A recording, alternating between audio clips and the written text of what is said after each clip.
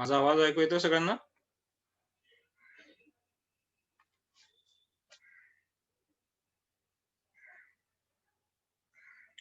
Message बॉक्समध्ये message करून सांगा माझा आवाज ऐकू येत असेल तर.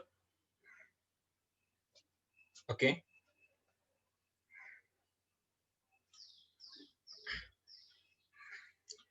आपण एक 2 मिनिटं वाट बघूया. तोपर्यंत मागच्या सेशनमध्ये कोणाला काही अडचण, कोणाला काही शंका होती का हे विचारून घ्या. म्हणजे मग आपल्याला पुढे जाणं शक्य होईल.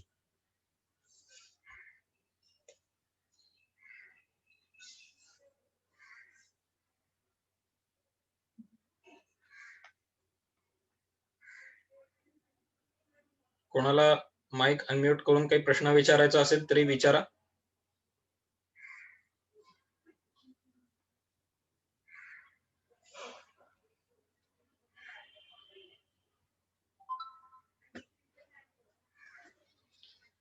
ठीक आहे.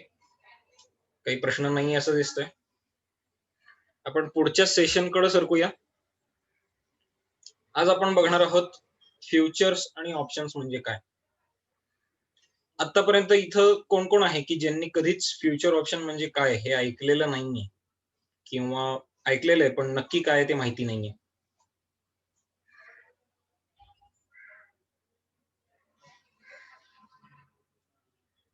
सगळ्यांना माहिती आहे फ्युचर ऑप्शन्स म्हणजे काय ते. आपण सेशन कशासाठी घेतोय?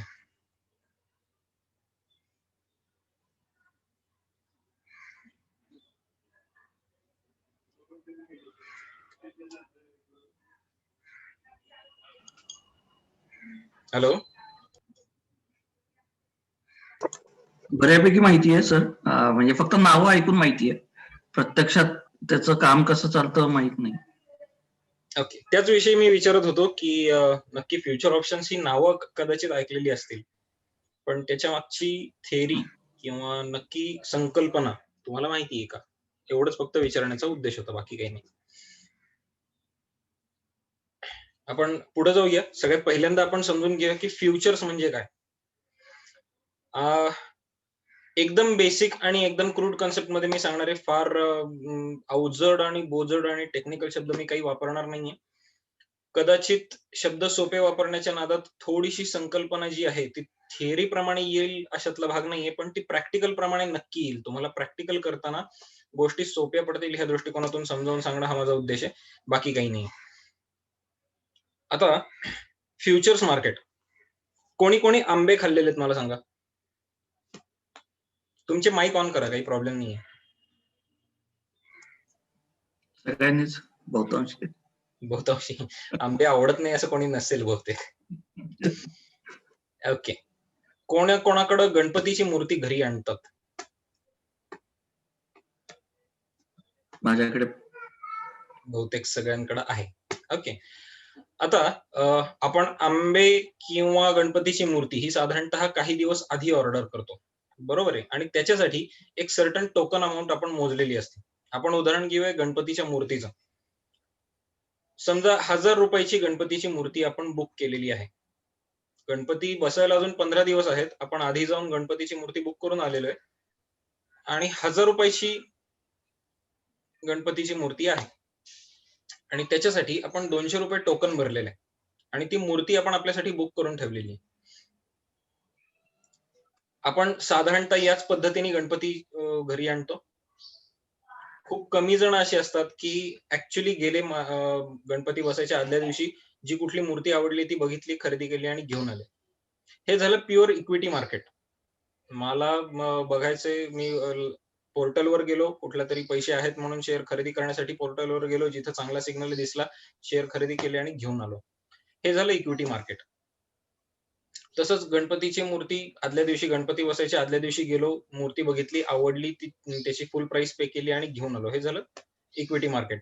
पण ज्यावेळेस आपण फ्युचर्स मार्केटकडे जातो, साधारणतः संकल्पना अशी काम करते की आपण 15 दिवस आधी बुक केलेली आहे मूर्ती. 1000 रुपयाची मूर्ती 200 रुपये अमाऊंट भरून बुक केलेली आहे. उरलेले 800 रुपये भरणं बाकी आहे. आता गृहीत असं धरा की 15 दिवसांमध्ये त्या 1000 रुपयाच्या मूर्तीची किंमत वाढून 1500 रुपयांपर्यंत गेली. ठीक आहे, तुमच्यासाठी नाही. ज्या कोणाला सेम तशीच मूर्ती पाहिजे, पण गणपती बसायच्या आदल्या दिवशी पाहिजे, त्या माणसाला तीच मूर्ती गणपती बसायच्या आदल्या दिवशी 1500 रुपयाला मिळेल, जी आपण 15 दिवस आधी 1000 रुपयाला बुक केलेली. आता मूर्तीच्या भावामध्ये किती पट फरक पडला? 50% वाढ झाली. बरोबर आहे. पण त्याच वेळेस त्या पावतीच्या किमतीमध्ये किती पट बदल झाला? किती रुपयांपर्यंत तुम्ही ती पावती विकलीत, तर तुम्हाला फायदा होऊ शकतो मला सांगा?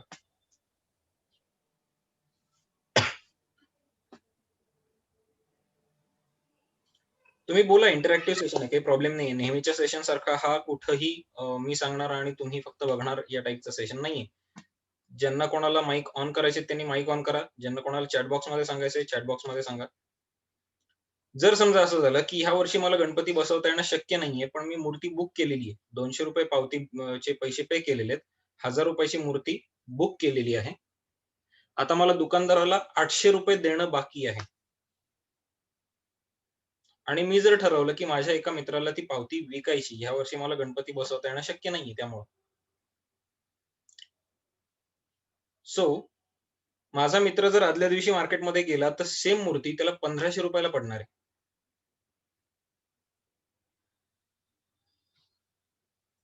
बरोबर आहे. मग जर मी ती ₹200 ची पावती त्याला जर मी 300 ला किंवा 400 ला विकू शकलो, तर त्याला परवडेल? परवडेल का हो, नाही परवडेल. परवडेल. म्हणजे मूळ वस्तूच्या किमतीमध्ये 50% ची वाढ झाली. पण त्याच्या पावतीमध्ये कितीची वाढ झाली? जवळपास दुपटीची वाढ झाली. ॲक्चुअली त्याच्याही पेक्षा जास्ती होऊ शकते. मी त्याला ती पावती ₹600 पर्यंत विकू शकतो. तरी सुद्धा ती गणपतीची मूर्ती त्याला ₹1400 ला पडेल. आता हाच फ्युचर कशा पद्धतीने काम करतो आपण बघूया. या फ्युचरची कायम डिलिव्हरी घ्यावी लागते. म्हणजे डिलिव्हरी म्हणजे काय? तर आपण वस्तू बुक केलेली आहे. जसं गणपतीची मूर्ती. आपण शेवटच्या दिवशी पावती परत दुकानदाराला परत नेऊन विकली असं नाही करू शकत. फ्युचर मार्केटमध्ये तसं चालतं. आदल्या दिवसापर्यंत चालतं. पण ती एक्सपायरी होऊन गेल्यानंतर मात्र तुम्हाला त्याची डिलिव्हरी घेणं भाग आहे. आता एक्सपायरी म्हणजे काय? फ्युचर आणि ऑप्शन हे इक्विटी मार्केटसारखे कंटिन्युअममध्ये कधीच चालत नाहीत. त्याची दर महिन्याची कॉन्ट्रॅक्ट्स असतात. फ्युचर मार्केटमध्ये दर महिन्याची कॉन्ट्रॅक्ट्स असतात आणि इक्विटी डेरिव्हेटिव्हजमध्ये, फ्युचर ऑप्शन्समध्ये दर महिन्याच्या शेवटच्या गुरुवारी फ्युचर मार्केटचं कॉन्ट्रॅक्ट संपतं. कॉन्ट्रॅक्ट संपतं म्हणजे काय? आता दर महिन्याचं कॉन्ट्रॅक्ट म्हणजे काय आपण बघूया. आता ह्या महिन्यात ऑक्टोबर महिन्यामध्ये शेवटचा गुरुवार येतोय 29 तारखेला. तर 29 तारखेच्या ऑक्टोबर या दिवशी ते कॉन्ट्रॅक्ट संपेल आणि ज्या लोकांनी 29 ऑक्टोबर रोजी आम्हाला एखादे आता टाटा मोटर्स गृहीत धरूया. टाटा मोटर्सचा समजा मी फ्युचर घेतलेला आहे. तर 29 ऑक्टोबरला मला त्याची डिलिव्हरी पाहिजे. जेवढं काही 5700 चा लॉट आहे त्याचा. फ्युचर ऑप्शन हे कायम लॉटमध्ये विकत घ्यावे लागतात. सो मला एकदम 5700 शेअर्स विकत पाहिजेत असं गृहीत धरून मी त्याचं एक फ्युचर विकत घेतलेलं आहे. आणि ती डिलिव्हरी मला 29 तारखेला जर मी ते कॉन्ट्रॅक्ट विकून टाकलं नाही, तर घ्यावी लागणार आहे. त्याच्या आधी मी विकून टाकलं तर काही प्रश्न नाहीये.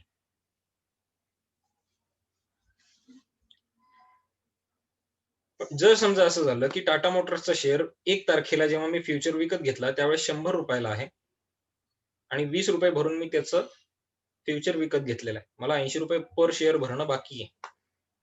आणि महिन्याच्या शेवटापर्यंत असं झालं, की तो जवळपास ₹110 ना गेला. आणि शेवटच्या दिवशी मी ठरवलं, नाही मला डिलिव्हरी नकोय, मी डायरेक्ट फ्युचर विकून मोकळा होणार. तर मला काही ना काहीतरी अमाउंट त्याच्यावर वाढलेली दिसेल ₹20 पावतीवर. आता साधारणतः फ्युचर कसा असतो ते मी तुम्हाला दाखवतो. मी स्क्रीन शेअर करतो.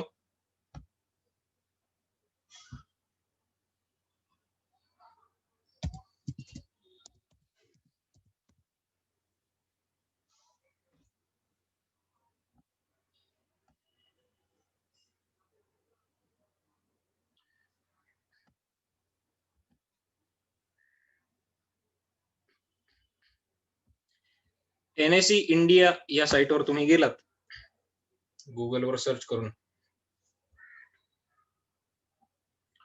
की तुम्हाला इक्विटी आणि डेरिव्हेटिव्ह याच्यापर्यंत पोहोचता येतं.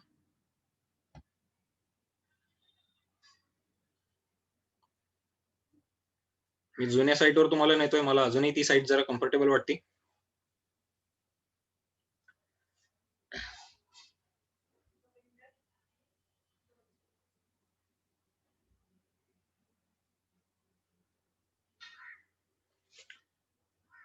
कुठलाही फ्युचर हा त्या कंपनीच्या इक्विटी शेअरपेक्षा काही प्रमाणात पुढे चालत असतो. साईट लोड होती तोपर्यंत सांगतो. तर हे प्रमाण किती असतं हे पहा. सगळ्यात पहिल्यांदा तुम्ही NSE इंडियाच्या साईटवर आल्यानंतर लाईव्ह मार्केट्समध्ये तुम्हाला ऑप्शन चेन तिथं खाली इक्विटी डेरिव्हेटिव्हचं ऑप्शन दिसेल, त्याच्यावर क्लिक केलं की तुम्हाला कुठल्याही कंपनीचे फ्युचर्स किंवा ऑप्शन्स बघता येतील. त्याच्या किमती काय आहेत हे बघता येईल. आपण बघूया आता. मी इथं सर्च करतो टाटा मोटर्स.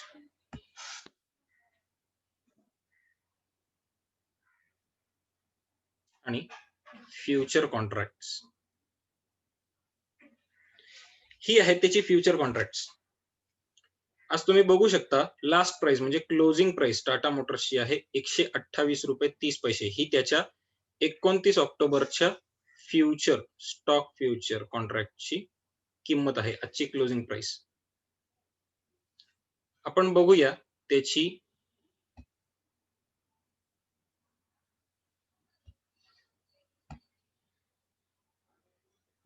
स्टॉकची किंमत काय आपण बघूया.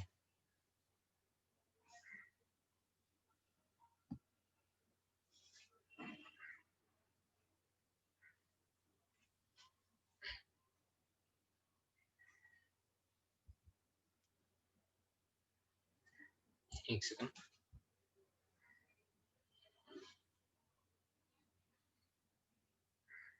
हे पहा 127 रुपये 75 पैसे ही त्याची स्टॉकची किंमत आहे, म्हणजे इक्विटी शेअरची किंमत आहे 127 रुपये 75 पैसे. पण त्याच्या फ्युचरची किंमत मात्र 128 रुपये 30 पैसे आहे.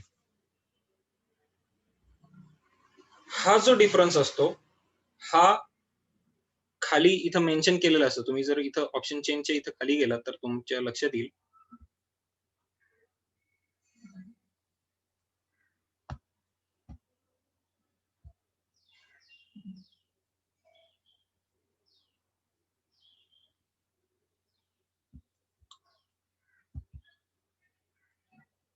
ओके.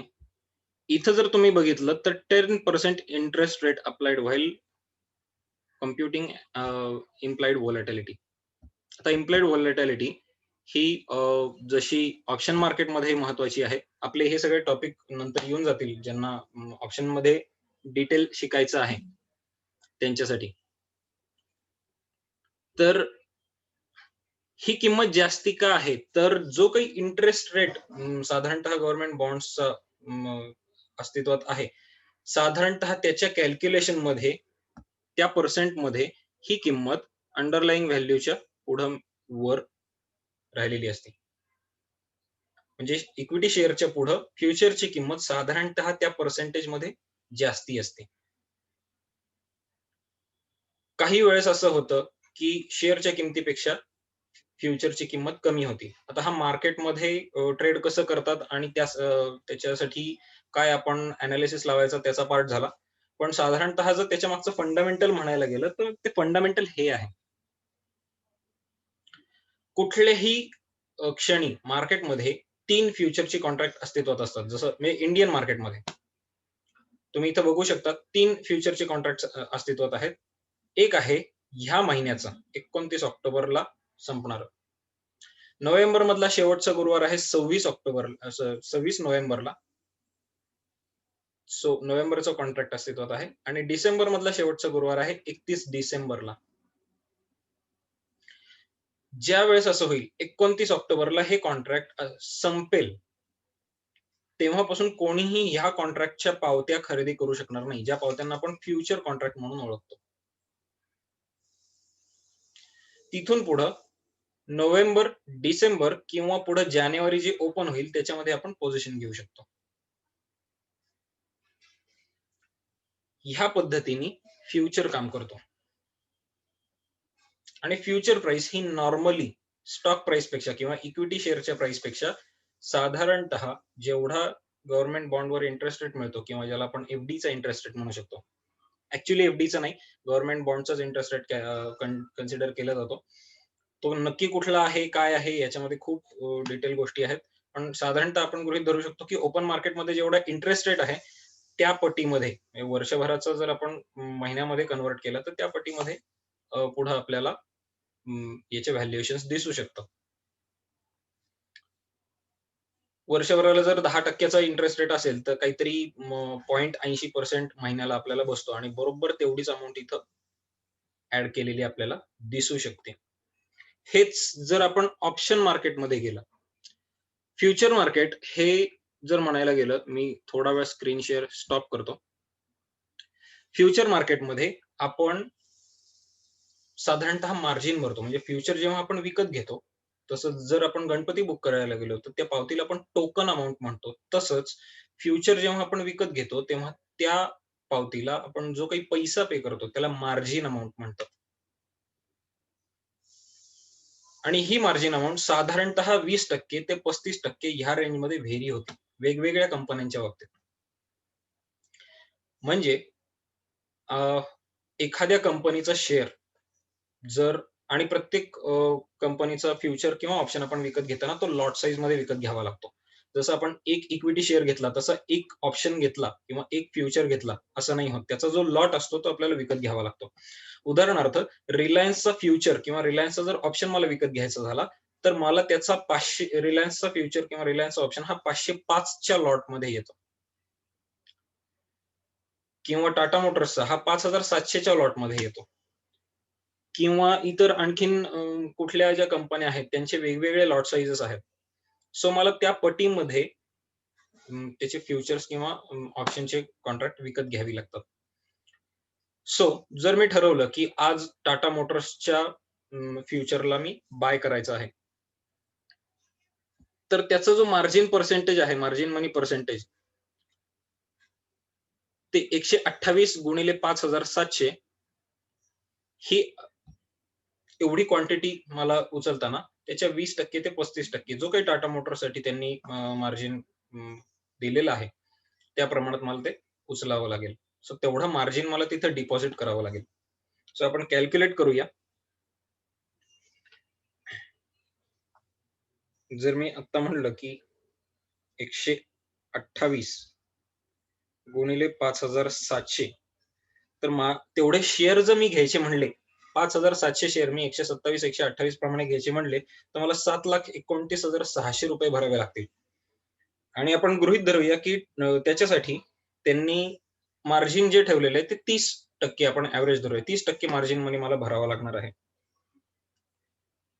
तर ती अमाउंट मला 2,18,900च्या आसपास जाईल. 2,19,000च्या आसपास जाईल. सो 7 लाखाची अमाउंटचे शेअर मी जेमतेम 2.25 लाख रुपये मार्जिन भरून विकत घेऊ शकतोय. ज्यावेळेस मला त्याची डिलिव्हरी घ्यायची त्यावेळेस उरलेला पैसा मी पे करायचा आणि डिलिव्हरी घ्यायची. मग याच्यामध्ये फायदा कुठे आहे? जर समजा असं झालं की आता 127 नी असलेल्या टाटा मोटर्सचा शेअर 29 तारखेपर्यंत 150 वर गेला आणि 29 तारखेला मी 150 प्रमाणे 5700 ची क्वांटिटी उचलायची ठरवली, तर ते मला महागात पडणार आहेत. व्हेअरएज जर मी आज बुक करून ठेवलं, जसं गणपतीचं उदाहरण मी दिलं, की आदल्या दिवशी मी बुक करायला गेलो, तर 1,500 प्रमाणे मला पे करावं लागेल. त्याऐवजी मी जर आधी बुक करून ठेवलं, तर 1,000 प्रमाणे मला पे करणं आणि तो दुकानदार सुद्धा 1,000 म्हणजे उरलेले 800 घेऊन तीच मूर्ती मला देणं दुकानदारावर बंधनकारक आहे. सो हे जे बंधन आहे हे दोन्ही बाजूला आहे. म्हणजे मी खरेदी करण्याचं बंधन आहे. उरलेले पैसे भरून मी ती वस्तू खरेदी करण्याचं बंधन माझ्यावर येतं. एक्सपायरी डेटला जर मी ते स्क्वेअर ऑफ नाही केली पोझिशन, पावती विकून नाही टाकली तर. आणि ज्यांनी कोणी ती पावती विकलेली आहे, त्याला तेवढे शेअर मला देणं बंधनकारक आहे. ठीक आहे. हे झालं फ्युचर्स कॉन्ट्रॅक्ट. आता ऑप्शन कॉन्ट्रॅक्ट हे वेगवेगळ्या पद्धतीने लोक समजवतात. मला जे समजलंय त्या पद्धतीने मी तुम्हाला सांगतो. मुळात ऑप्शन हा ट्रेडिंगसाठी तयार झालेला नव्हता. ऑप्शन हा हेजिंगसाठी तयार झालेला होता. ठीक आहे. मी उदाहरण सांगतो. गृहीत धरा, आत्ता मी ₹128 फ्युचर विकत घेतलेला आहे. आणि मला अशी भीती आहे, की कधी ना कधी पुढच्या महिन्याभरात 29 तारखेपर्यंत हा वाढेल. पण भीती अशी आहे, की जर समजा मी खरेदी केल्यानंतर तिथून तो 128 वरनं खाली आला आणि 110 वर येऊन थांबला, तर मला काय? माझं काय होणार? तर त्याच्यासाठी ऑप्शन कॉन्ट्रॅक्ट तयार झालेले आहेत. आता तुम्हाला समोर जी एक्सेल शीट दिसतीये त्याला म्हणतात ऑप्शन चेन. ठीक आहे.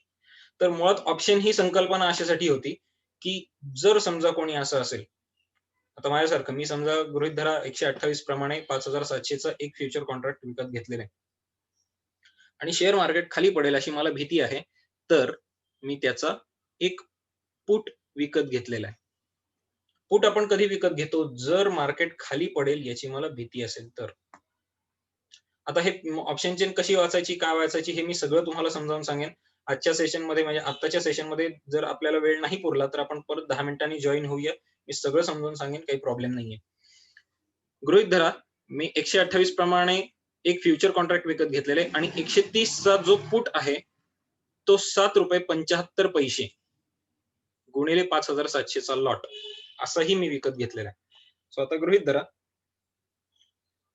₹7.75 गुणिले 5,700 चा लॉट. सो 2,20,000 च्या आसपास मी फ्युचर कॉन्ट्रॅक्ट मध्ये पैसे लावलेत आणि ₹44,175 हे मी ऑप्शन विकत घेण्यासाठी लावलेले आहेत. आता हा पुट ऑप्शन मला काय करतो? हा मला इन्शुअर करतो. मला सिक्युरिटी देतो. जर समजा असं झालं, की मी फ्युचर विकत घेतल्यानंतर मार्केट खाली पडलं, तर तिकडं फ्युचर कॉन्ट्रॅक्टमध्ये होणारा माझा लॉस मला इथं भरून काढता येतो.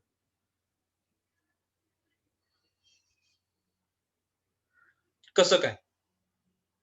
तर जर असं झालं, की 128 ची किंमत उद्या समजा 110 वर किंवा 100 वर आली, तर ह्या ऑप्शनची किंमत वाढत जाणार आहे. आज गृहीत धरूया एकदम बेसिक आणि क्रूड पद्धतीने मी समजावतो तुम्हाला. प्रत्येक वेळेस गरजेचं नाहीये ह्या किमती इथं सेमच राहतील. पण आजच असं गृहीत धरूया, की 130 चा पुट मी काही दिवसांपूर्वी ह्या किमतीला घेतलेला होता आणि आज किंमत जर समजा असं झालं, की ₹100 ला आलेली आहे. तर ह्या पुटची किंमत साधारणतः इथं कुठेतरी पोहोचलेली असेल. 20, 22, ₹23 च्या आसपास, ₹25 च्या आसपास.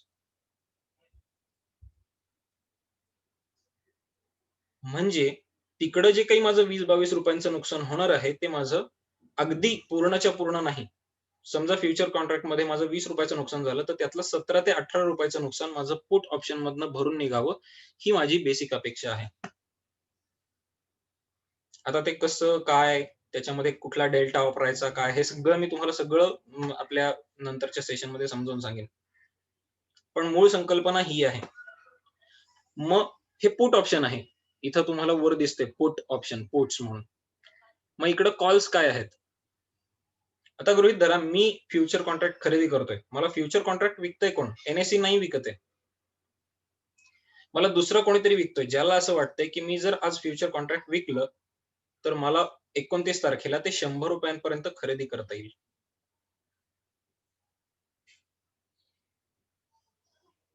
आता बेसिक कन्सेप्ट समजून घ्या फक्त, बाकी काही नाही. मग त्याला भीती आहे, की जर समजा असं झालं, की मार्केट वाढलं, त्याने ₹128 ला मला तो फ्युचर विकलेला आहे. पण समजा जर मार्केटमध्ये त्याची किंमत वाढली, तर त्याला ते महागात खरेदी करावं लागेल. कारण जी गोष्ट त्याच्याकडे नाहीये ती त्यांनी मला विकलेली आहे. मार्केटमध्ये शॉर्ट पोझिशन क्रिएट केलेली आहे. जे मार्केटमध्ये नवीन आहेत, ज्यांनी कधी शॉर्ट पोझिशन ज्यांना शॉर्ट पोझिशन म्हणजे काय हे माहिती नाहीये, त्यांनी नंतर मला फोन करा, मी तुम्हाला समजावून सांगेन. किंवा आपल्या नंतरच्या सेशनमध्ये सुद्धा मी हे क्लिअर आउट करेन.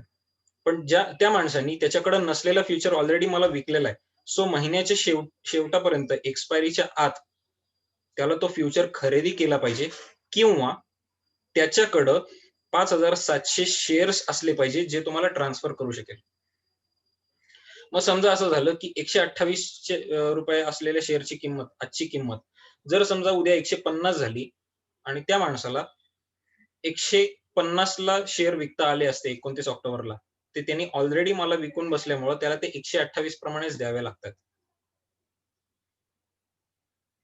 तर हे त्याचं नुकसान आहे. मग त्याच्या अगेन्स्ट तो कॉल ऑप्शन खरेदी करतो 130 चा. गृहीत धरा तो त्यांनी 6 रुपयाला खरेदी केलेला आहे. मग तो कॉल विकत घेतो. 6 रुपये गुणिले 5,700 34,200 हे त्यांनी तिथे इन्व्हेस्ट केले. आता झालं काय, हे इन्शुरन्स प्रॉडक्ट सारखे वापरण्यासाठी तयार झालेले होते. आता त्याचा वापर ट्रेडिंगसाठी होतो आणि काय होतो, कसं होतो हे सगळं आपण नंतर बघूया. पण मूळ संकल्पना त्याच्या मागची ही होती. मग कॉल ऑप्शन कधी विकत घेतात? जर मार्केट वर जायची मला भीती असेल, तर त्याच्या अगेन्स्ट इन्शुरन्स म्हणून मी कॉल ऑप्शन विकत घेतो. आणि पुट ऑप्शन कधी विकत घेतात? जर मार्केट खाली पडेल आणि माझं नुकसान होईल, अशी मला भीती असेल, तर मी पुट ऑप्शन विकत घेतो. सो मी इन्शुअर करतो, हेज करतो. फक्त मार्केटमध्ये त्याला इन्शुरन्स नाही म्हणत. मार्केटमध्ये त्याला ऑप्शन्स म्हणतात. आणि आपल्या पोझिशनला सिक्युअर करण्यासाठी आपण त्याला रेग्युलर भाषेमध्ये, ज्याला आपण आपलं लाईफ कव्हर करणं म्हणतो किंवा मेडिकल कव्हर करणं म्हणतो, त्याला आपण इन्शुरन्स हा शब्द वापरतो. इथं त्याला इन्शुरन्स हा शब्द वापरता येत नाही. इथं त्याला हेजिंग शब्द वापरावा लागतो. एवढाच काय तो फरक. बेसिक संकल्पना हीच. इथपर्यंत कोणाला काही अडचण आहे का मला सांगा?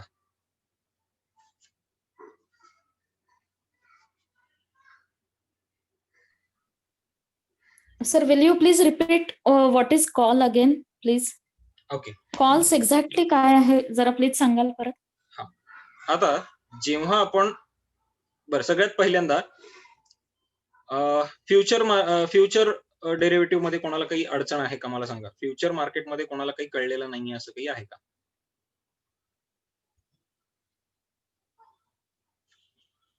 फ्युचर मार्केटमध्ये कव्हर करण्यासारखं अजून बरंच आहे, मार्जिन मेंटेन आणि अमुक ढमुक. पण आतापर्यंत मी जे काही शिकवलं त्याच्यामध्ये फ्युचर्स समजून घेताना कोणाला काही अडचण आली का? नाही. ओके. नाही. काही वेळेस मला हे मान्य करावं लागेल, फ्युचर कॉन्ट्रॅक्ट हे माझ्या रेग्युलर ट्रेडिंगसाठीच सेगमेंट नाहीये, त्यामुळे ते समजून सांगताना मला सुद्धा बऱ्यापैकी अडचण आली. ऑप्शन कॉन्ट्रॅक्ट हे माझे फेवरेट आहे आणि मी स्वतः ज्याच्यामध्ये ट्रेड करतो. सो त्याच्यावर माझी जरा बऱ्यापैकी कमांड आहे. सो आपण ऑप्शन कॉन्ट्रॅक्ट बघूया. ऑप्शनसाठी ऑप्शन चेन मांडली जाते. जसं फ्युचर कॉन्ट्रॅक्ट मध्ये तुम्हाला अख्ख्या कॉन्ट्रॅक्टचं एकच प्राइस दिसली. मी परत जरा फ्युचर कॉन्ट्रॅक्ट वरून येतो म्हणजे ऑप्शन समजून सांगणं मला सोपं पडेल. जसं आता टाटा मोटर्स 29 ऑक्टोबरचा फ्युचर याची एकच किंमत अस्तित्वात आहे, एकच कॉन्ट्रॅक्ट अस्तित्वात आहे. तसं ऑप्शन मार्केटच्या बाबतीत मात्र नाही घडत. ऑप्शन मार्केटच्या बाबतीत तुम्हाला इथं दिसू शकेल 29 ऑक्टोबरच्या कॉन्ट्रॅक्टच हे जे काही कॉन्ट्रॅक्ट आहे हे पहा, expiry date 29 October 2020 Tata Motors. ह्या 29 ऑक्टोबरच्या ऑप्शन कॉन्ट्रॅक्ट मध्येच एवढी कॉन्ट्रॅक्ट अस्तित्वात आहेत जी स्ट्राईक प्राइस या कॉलमच्या खाली लिहिलेली आहेत. एवढी कॉन्ट्रॅक्ट अस्तित्वात आहेत. आता सगळ्यात पहिल्यांदा स्ट्राईक प्राइस म्हणजे काय ते समजून घेऊया. स्ट्राईक प्राइस हे थोडक्यात आपल्या वयासारखं असतं. ऍक्च्युली वयासारखं नाही म्हणता येणार, पण गृहीत धरा आता माझं वय 30 आहे आणि मी जर मेडिक्लेम काढायला गेलो आणि माझ्या वडिलांचं वय 55 आहे आणि त्यांनी मेडिक्लेम काढायचा ठरवला, तर प्रीमियम मध्ये मी जो काही इन्शुरन्सचा प्रीमियम आहे माझा त्याच्यामध्ये मला किती फरक पडेल त्या पद्धतीने या स्ट्राईक प्राइसेस आहेत. आता ऍक्च्युली हे लॉजिक लागत नाही, पण ऑप्शन मार्केटमध्ये सुद्धा आपण जी काही किंमत मोजतो, ही जी एलटीपी म्हणजे लास्ट ट्रेडेड प्राइस ही दिसतीये, ह्याला सुद्धा ऑप्शन प्रीमियम असंच म्हणतात. जसं आपण फ्युचर कॉन्ट्रॅक्ट खरेदी करताना जे काही पैसे मोजतो त्याला मार्जिन म्हणतात. तसं ऑप्शन कॉन्ट्रॅक्ट खरेदी करताना आपण जे काही पैसे मोजतो त्याला प्रीमियम म्हणतात. ऑप्शनचा प्रीमियम असतो. ठीक आहे. आता मी जेव्हा गृहीत धरतो, की मला हेजिंग करायचंय. 130 टाटा मोटर्स 130 ही स्ट्राईक प्राइस. म्हणजे 130 रुपयाच्या कॉन्ट्रॅक्टच्या अगेन्स्ट मला हेजिंग करायचंय. का? तर मी फ्युचर साधारणतः 130 रुपयांच्या आसपास विकत घेतलेलं आहे. जर कोणी असं झालं, की साधारणतः 10 दिवसांपूर्वी 110 रुपये किंवा 120 रुपयांच्या आसपास असताना फ्युचर ची प्राइस असताना तिथं विकत घेतलेली आहे. तर त्या माणसाने इथं कुठंतरी कॉल किंवा पुट हेज केलेला असेल. त्याचा फ्युचर हेज केलेला असेल ह्या कॉल किंवा पुटच्या अगेन्स्ट. आता कॉल ऑप्शन म्हणजे काय ते सांगतो. जर माझ्याकडं मी शेअर विकण्याची बोली लावली आहे किंवा फ्युचर कॉन्ट्रॅक्ट विकण्याची मी बोली लावलेली आहे 120 रुपयांप्रमाणे. जर समजा असं धरा, की मी आणि अक्षय आम्ही दोघं सौदा करतोय आणि मी 1 तारखेला अक्षयला म्हणलं, की अक्षय टाटा मोटर्सचे माझ्याकडचे जे शेअर्स आहेत 29 ऑक्टोबरला संध्याकाळी मी तुला 120 रुपये पर शेअर ह्याच्याप्रमाणे 5,700 शेअर्स मी तुला विकेन. त्याच्यासाठी 20 रुपये पर शेअर तू माझ्याकडे डिपॉझिट कर. उरलेले 100 रुपये पर शेअर तुम्हाला 29 ऑक्टोबरला दे. हा आमच्यातला सौदा फिक्स झाला. आता मला काळजी आहे, की जर समजा असं झालं, की 29 ऑक्टोबर पर्यंत तो शेअर 180 रुपयांपर्यंत पोहोचलेला आहे. आता मला भीती आहे, की मी मार्केटमध्ये 180 रुपये पर शेअर नाही विकू शकणार आहे. मला तो अक्षयला 120 रुपये पर शेअर प्रमाणे विकावा लागणार आहे. ही मला भीती आहे. बरोबर आहे? तुमचे माईक ओपन करून सांगा, कारण Okay. त्याच्याशिवाय मला समजणार नाहीये तुम्हाला Yes, कळतंय sir. का? हां. आता मला भीती आहे, की माझं हो. नुकसान होईल 60 रुपये पर शेअर. सो मी काय करतो, मी त्याचा कॉल विकत घेऊन ठेवतो. जर समजा असं झालं, की उद्या शेअरची किंमत वाढली आणि अक्षयला मला 120 रुपये प्रमाणे शेअर देणं बंधनकारक आहे, तर दुसरीकडनं मला तो जो काही डिफरन्स आहे, त्यातली मेजॉरिटी अमाउंट तरी माझी रिकव्हर होईल. आता 60 रुपये पर शेअर होणारं नुकसान अगदी 50 रुपये पर शेअर जरी माझं भरून निघालं, तरी वरचे 10 रुपये पर शेअर मी अफोर्ड करू शकतो. करू शकतो का नाही करू शकत? Yes. Okay. पण 60चे 60 रुपये मी नाही अफोर्ड करू शकत पर शेअर. बरोबर आहे? तर त्यावेळेस लास्ट ट्रेडेड कशावर ठरते? Sorry? Sorry. Last traded price कशावर ठरते? ही कॉलची जी आता तुम्ही म्हणता, हा जो डिफरन्स आहे, हां. कॉलची प्राइस कशावर ठरणार? ते आपण हळू-हळू जसं पुढे जाऊ तेव्हा मी तुम्हाला सांगेन. आता फक्त तुम्हाला फंडामेंटल्स त्याचे लक्षात येतात का मला सांगा? आपण हो. प्राइस पर्यंत Yes, sir. पोहोचूया. त्याची प्राइस कशी तयार होते. Okay. आता अक्षयनी माझ्याकडनं 20 रुपये पर शेअर हे टोकन भरलेले आहे. आता अक्षयला भीती आहे, की त्या 120 रुपयाचं शेअर समजा जर उद्या 60 रुपयांपर्यंत आला, तरी सुद्धा उरलेले पैसे 100 रुपये प्रति शेअर त्यांनी मला देणं बंधनकारक आहे. म्हणजे टोटल 120 रुपये प्रति शेअर प्रमाणे त्यांनी मला फायनल पेमेंट करणं बंधनकारक आहे. आहे? Yes. Yes. पण मग मार्केटमध्ये 60 रुपयाला मिळतोय. त्यांनी डबल का विकत घ्यायचा? म्हणून तो पुट ऑप्शन कॉन्ट्रॅक्ट विकत घेऊन ठेवतो. म्हणजे जर समजा असं Okay. झालं, की शेअरची किंमत खाली पडली, तर मला जी काही रक्कम मोजायची त्यातली मेजॉरिटी अमाउंट त्या पुट ऑप्शन कॉन्ट्रॅक्ट मधनं रिकव्हर होईल. मग त्या 60 रुपयांपैकी 50 रुपये जरी रिकव्हर झाले, तरी सुद्धा 10 रुपयाचा लॉस तो सहन करू शकतो. हे झालं फंडामेंटल लॉजिक. Okay. ठीक आहे. आता ह्याच्यामध्ये रायटिंग ही संकल्पना काय असते किंवा शॉर्ट ही संकल्पना काय असते हे मी तुम्हाला सांगतो. आपल्याकडे साधारणतः 4.5 मिनिटं उरलेली आहेत. जर समजा असं झालं, की आपल्याला वेळ लागणारच आहे. मार्केट सेशन संपत आलं, तर आपण 5 मिनिटानंतर परत जॉइन करूया. कारण आज ही संकल्पना मला तुम्हाला समजावून सांगणं महत्वाचं आहे. ठीक आहे, कारण त्याच्यावर ज्यांना उद्या आपल्या सेशनला जॉईन व्हायचंय त्यांच्यासाठीचे बेसिक कॉन्सेप्ट मला इथं क्लिअर झालेले असणं महत्वाचं आहे. तर आता हे ट्रेडिंगसाठी वापरलं जातं. आता ह्याच्यासाठीच्या सगळ्यात महत्वाच्या ज्या गोष्टी आहेत त्या इथं तुम्हाला दिलेल्या आहेत. एखाद्या ऑप्शनची किंमत कशी ठरते, तर त्याच्यासाठी अनेक फॅक्टर्स त्याच्यामध्ये अस्तित्वात येतात. त्याचे मेजॉरिटी फॅक्टर्स मी उद्याच्या सेगमेंटमध्ये कव्हर करणार आहे तुमच्या, कारण ते ऑप्शन चेन अनालिसिस आणि त्याच्यानंतर ऑप्शन ग्रीक अनालिसिस हा सगळा तुमचा उद्याच्या सेशनमध्ये होऊन जाणार आहे. पण जेव्हा हे ट्रेडिंगसाठी वापरलं जातं त्यावेळेस याची संकल्पना, जेव्हा त्याला नेकेड ट्रेडिंग म्हणतात, काही जण स्पेक्युलेशन म्हणतात, की माझ्याकडे शेअर्स नाहीये पण मला ऑप्शन ट्रेड करायचं, तर त्यावेळेस केवळ मार्केट उद्या वर जाईल ह्याचं अँटिसिपेशन असल्यामुळं लोक ऑप्शन खरेदी विक्रीमध्ये उतरतात. ठीक आहे. आता ऑप्शन फ्युचर राईट करणं, फ्युचर शॉर्ट करणं किंवा ऑप्शन राईट करणं या संकल्पनांकडे आपण जरा येऊया. आधी शॉर्ट म्हणजे संकल्पना काय मी तुम्हाला सांगतो. शॉर्ट म्हणजे ही संकल्पना अशी आहे की एखादी गोष्ट माझ्याकडे नाही पण मी विकतोय. आता नॉर्मली असं होतं का मार्केटमध्ये म्हणण्यापेक्षा नॉर्मल लाईफ मध्ये असं होतं का की जी वस्तू माझ्याकडे नाहीच आहे ती मी विकलेली, असं झाल्याचं तुम्हाला आठवते कोणाला? नाही. असं होतं, रेग्युलरली होतं. इथं कोण कोण साड्या खरेदीला गेलेले, मी महिला तर गेलेल्याच आहेत, पण स्वतःच्या घरातल्या आई असेल, बहीण असेल, बायको असेल, कोणाबरोबरही असेल, साड्या खरेदीला कोण कोण गेलेले? Yes sir. गेलेले. दुकानदाराला तुम्ही म्हणता की अमुक एक प्रकारची, अमुक एक टाईपची, अमुक एक रंगाची आणि अमुक एक डिझाईन, अमुक एक पॅटर्न जे काही असेल ती साडी मला पाहिजे. आणि दुकानदार काय म्हणतो? 5 मिनिटं थांबा, मी तुम्हाला आणून देतो.